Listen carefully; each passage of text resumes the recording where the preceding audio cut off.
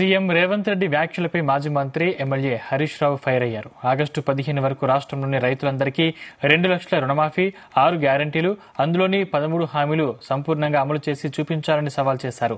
15 ఆగస్టులోపు చేస్తే తాను రాజీనామా చేస్తానని, లేకపోతే రేవంత్ రెడ్డి రాజీనామా చేయాలని సవాల్ విసిరారు హరీష్. రాజీనామా లేకపోతే నువ్వు వస్తావా? రేవంత్ రెడ్డికి మొన్న నేను ఛాలెంజ్ చేసిన, ఏమన్నాడు? నేను ఆగస్టు 15 తారీఖులో గల రుణమాఫీ చేస్తా అన్నాడు. రేపు మళ్ళా మెదక్ నుంచి రేవంత్ రెడ్డికి ఛాలెంజ్ చేస్తున్నా, రేపు పొద్దున 10 గంటలకు అసెంబ్లీ ముందు అమరవీరుల స్తూపం దగ్గరికి నేను వస్తా ఉన్నా. నా రాజీనామా లేకపోతే నువ్వు వస్తావా?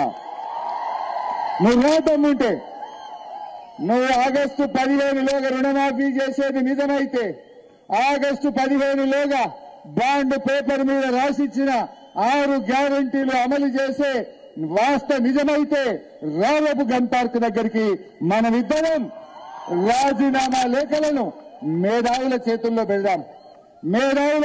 పెడదాం. ఆగస్టు 15లోగా నువ్వు 6 గ్యారంటీలను, రుణమాఫీని అమలు చేస్తే నా రాజీనామా లేఖ తీసుకుపోయి స్పీకర్ గారికి ఇస్తారు.